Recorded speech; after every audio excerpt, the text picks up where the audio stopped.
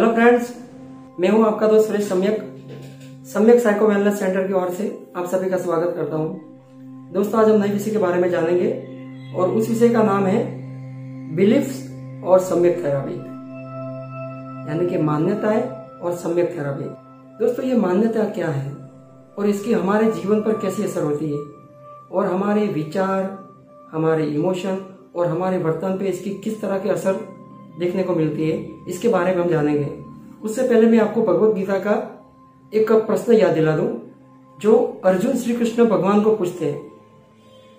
रण मैदान के अंदर अर्जुन श्री कृष्ण भगवान को पूछते हैं कि हे मधुसूदन, हे कृष्ण, वो कौन सी चीज है जो इंसान को पाप करने पे मजबूर करती है, जिसको इंसान जानते हुए भी मजबूरी में करता है। तब कृष्ण इसका बहुत अद्भुत उत्तर देते हैं। कृष्ण एक वैज्ञानिक उत्तर देते, एक मनोवैज्ञानिक उत्तर देते। कृष्ण कहते हैं उसे विवश करती है उसकी वासनाएं, और वही वासनाएं व्यक्ति को जानबूझकर उस कुएं में धकेल देती है जिससे व्यक्ति बचना चाहता हो। मतलब क्या है? कृष्ण के इसको रजोगुण, तमोगुण और सतोगुण के जरिए समझाने की कोशिश करते हैं, पर मैं आपको इसके पीछे जो मनोवैज्ञानिक अर्थ है ना, वो हम जानते हैं। हमें कोई भी चीज अगर जानते हुए मजबूर कर रही हो, यानी हमें कोई रोक रही हो, यानी कोई ऐसी आदत या कोई ऐसी कंडीशनिंग हमें रोक रही हो जिसको हम जानते हैं कि ये हमें गड्ढे में डाल रही है, हमको सब पता है, फिर भी आपका दिमाग, आपकी भावनाएं, आपका वर्तन एक प्रकार से इस तरह से कंडीशनिंग युक्त हो जाता है, जो या फिर एक प्रकार जैसे मान्यताग्रस्त हो जाता है, जिसकी वजह से व्यक्ति वह क्रिया जानबूझकर या अनजान में करता ही रहता है, जो मजबूरन वश करता है। दोस्तों, मैं मजबूरन वश कहता हूं।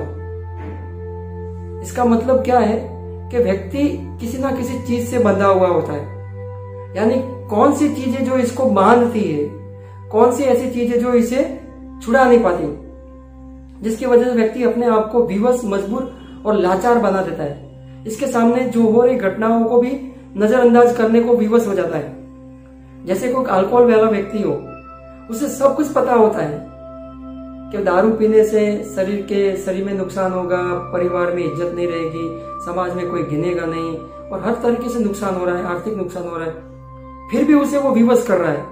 कौन विवश कर रहा है इसे?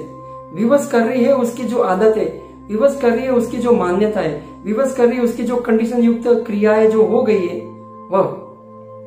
इसकी वजह से व्यक्ति जानबूझकर या अनजाने में वह क्रिया करता है जो मान्यबल नहीं है, जो समाज स्वीकृत नहीं है, जो परिस्थिति मान्य नहीं है। इस तरह के असर है व्यक्ति को एक विनाश की ओर ले जाती है बहुत बार, यानी कि वर्तमान के अद्भुत पलों को व्यक्ति चूक कर एक ऐसी दिशा में जाता है जहां जाके वो अपने आप को लाचारी वश और एक तन्हाई में घेर लेता है अपने आप को। सम्यक थेरेपी कहती है कि आपकी जो प्रॉब्लम है पहले उसे देख लो, मतलब आपकी मान्यताएं, आपकी कंडीशनिंग कहां हुई है वो पहले देख लो।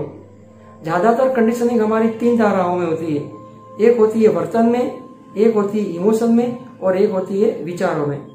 जब ये तीनों प्रकार की कंडीशनिंग जब दृढ़ हो जाती है ना, तब ये दृढ़ मान्यता में यानी कोर बिलीफ में इसका रूप ले लेती है। और जब कोर बिलीफ बन जाती है ना, तो व्यक्ति वह क्रिया नहीं करता जो वो चाहता है, वह क्रिया करता है जो उसे करवाया जाता है। मतलब कोई इस पे ऑर्डर दे रहा है या कोई इस पे बॉस बन जाता है और वह क्रिया कर रहा है जो इसके बिल्कुल विपरीत हो, है ना। तो कहने का तात्पर्य क्या है कि जब ऐसी क्रियाएं हम पे हावी हो जाती है तो वह क्रिया हमें मान्यताग्रस्त कर देती है, हमारे विचारों को, हमारे भावों को, हमारे क्रिया को सब तरीके से ब्लॉक कर देती है। तो दोस्तों, सबसे पहले इस बिलीफ को जानना है और इसे तोड़ना है, ताकि आपको कोई चीज मजबूर ना करे। मजबूर व्यक्ति हमेशा गुलाम रहता है और व्यक्ति को गुलामी पसंद नहीं है।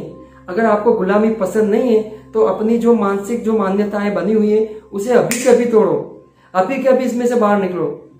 पर आपको लगेगा कि इतना आसान नहीं है, और वास्तव में आसान नहीं है, क्योंकि हम इतने साल तक जीते हैं, हम इतने साल जिए, उसमें जो भी अनुभव हुए हमें और जो भी घटनाएं हमारे साथ हुई, उन सबके साथ हमारा गहरा तादात्म्य बन गया है। और वही गहरा तादात्म्य आज हमारे वर्तमान जीवन में सबसे बड़ी दखल बन गया है। इसकी वजह से हम वर्तमान के जो आनंदित पल होते हैं, जो वर्तमान की खुशी वाले मोमेंट होते हैं, उसको एंजॉय नहीं कर पा रहे। हम पता नहीं कौन सी मूर्खता में गिर जाते हैं या पास्ट के अनुभव में चले जाते हैं, जिसकी वजह से हम परेशान ही रहते, दुखी ही रहते। फिर आप उस परेशानी को दूर करने के लिए आप जो भी अथकंडल या कोई भी ऐसी क्रियाएं करते हैं जो आपको और कंडीशन युक्त कर देते हैं।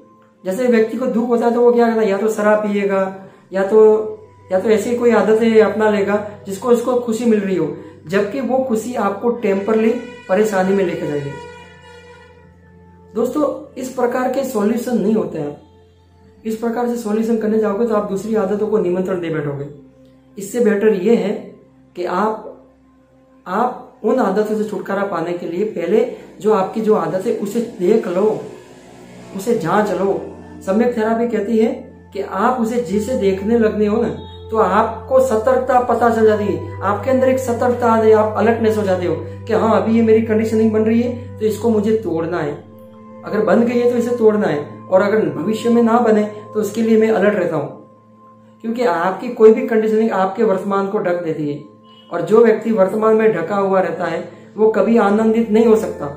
और आपके वर्तमान का सबसे बड़ा दुश्मन आपकी बिलीफ है, आपकी बनी बनाई मान्यता है। अगर दोस्तों अगर आपको इसमें से खुश रहना है या आनंदित रहना है तो अपनी बिलीफ को हटाओ। सम्यक थेरेपी कहती है कि बिलीफ को बनने से पहले उसके जो आप एक्टिव एक्शन कर रहे हो उसको स्टॉप कर दो। सामने से कोई भी क्रिया मत करो जब तक आपको स्टिमुलस ना मिले, जब तक आपको निमंत्रण ना मिले तब तक आप उसमें एक्शन ना लो।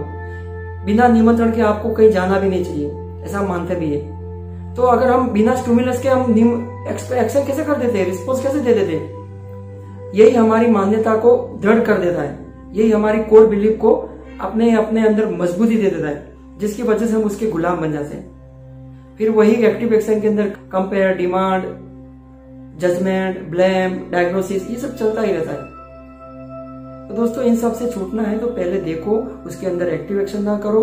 अब बिना स्टिमुलस कोई एक्शन ना लो, यानी रिस्पॉन्स ना दो। आप इतना सतर्क रखोगे तो आपकी जो बिलीफ है ना वो नहीं बनेगी। सम्यक थेरेपी का सबसे बड़ा फायदा ये है कि वो आपकी बिलीफ को रोकता है।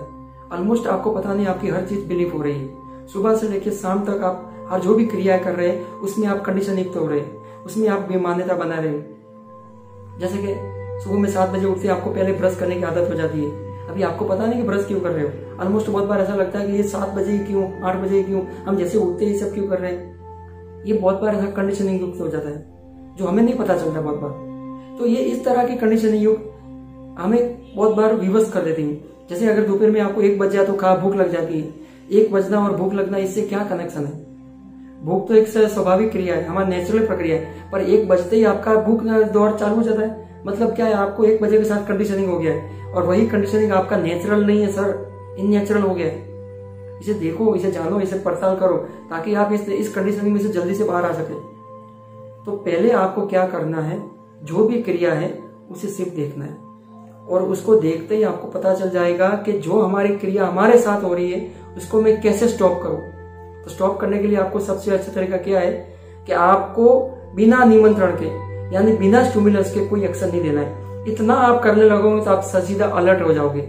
अलर्ट हो जाओगे तो जो व्यक्ति अलर्ट होता है ना, उसकी कभी कंडीशनिंग नहीं बनती, और कंडीशनिंग नहीं बनेगी तो फिर बिलीफ नहीं बनेगी। भगवत गीता में कृष्ण भी ये कहते हैं कि अर्जुन तू भी जो क्रिया कर रहा है उसके प्रति सतर्क हो जा। तेरे रजोगुण, तमोगुण और सतोगुण को तू आसानी से पहले देख ले, इनकी क्रिया क्या क्या हो रही है, इस पे तेरे पे कौन सी हावी हो रही है, और इसमें तू बेहोशी जब हो जाता तब ये तेरे पे हावी हो जाती है। उससे पहले तू जागृत रूप से देख, और जो जागृत होता है वही व्यक्ति हर क्रिया को आसानी से रोक सकता है। इसलिए दोस्तों इसे समझने की कोशिश करो, ताकि आप भविष्य में और वर्तमान में एक आनंदित अवस्था में जी सके, जो हमारा सबसे बड़ा हक है। Thank you.